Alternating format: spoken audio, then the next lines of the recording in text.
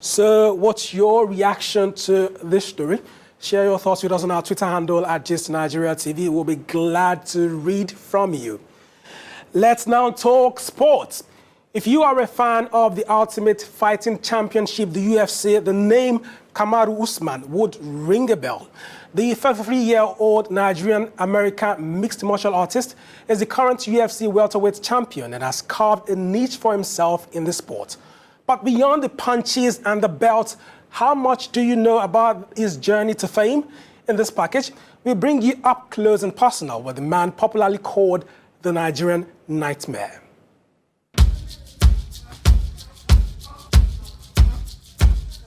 I grew up in the village. We farmed. You know, we had farm. As a small boy, farm boy, you know, I used to hawk akbu for, hot akbu in my head down the street to sell, you know. Like, I came from that.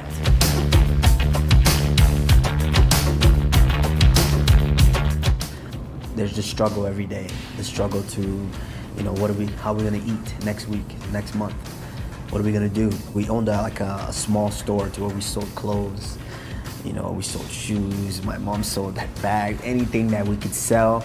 My mom was able to get and try to sell. My mom was a hustler. That's one of the things that I respect so much about her is, as a woman with, you know, three rowdy boys, Ninja boys, you know, if you mess with one of us, you have to fight all three of us.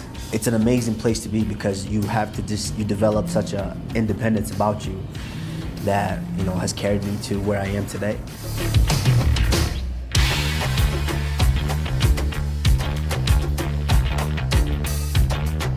While they were doing their investigation, they came back and they said, all right, investigation's over. Almost 2 years later, I'm in college, he's at home, wakes up in the morning, and they knock on the door and they're like, hey, we're here for Mr. Usman, and he's like, what is this about? They're like, it's about the ambulance company, this and that. He's like, oh, this was done, we've already settled all this. Then they said, oh, that was civil, now this is criminal. And that was very, very, very, very tough on everybody. But for me, I just had to do the best that I could with it.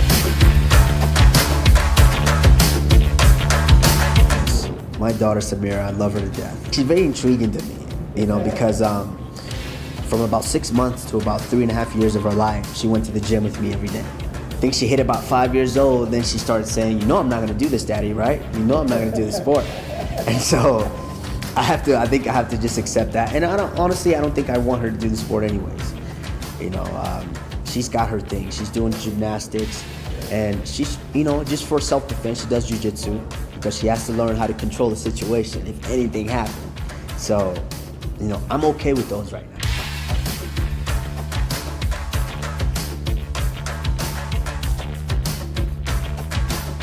Talking about a sport that I've spent so much time in, you know, that's a dream. So now, instead of getting punched in the face, you're talking about the people who are getting punched in the face. And so it's a dream for me, but it's I'm slowly getting my feet wet in it and finding my ground because it's something that I definitely want to do when I walk away from this sport. You have to, you know, there's nothing like it. You know, rice, jollof rice, designer stew, those are just some of my favorites, you know, so I have to at least taste it now because, you know, I've grown so far away from it because now that I'm in a sport that requires me to have a diet all the time, but I try to keep that closeness with my food because it's ingrained in me. This sport knows no barrier. You know, I can go to Russia and not understand a word they're saying, but I can understand the sport. We can train together. I can train with the Russian fighter because we know we can just speak the sport. And so I think this in Africa would be humongous. I mean, you're talking Kenyans, you're talking Senegalese, you're talking, you know, South African, you're talking about Zimbabwe, Somalians, you're Congo, I mean, you're Cameroonians, Moroccans, you know, you're talking about all these different countries with all these different tremendous athletes. I mean, imagine just the space when we overrun this sport.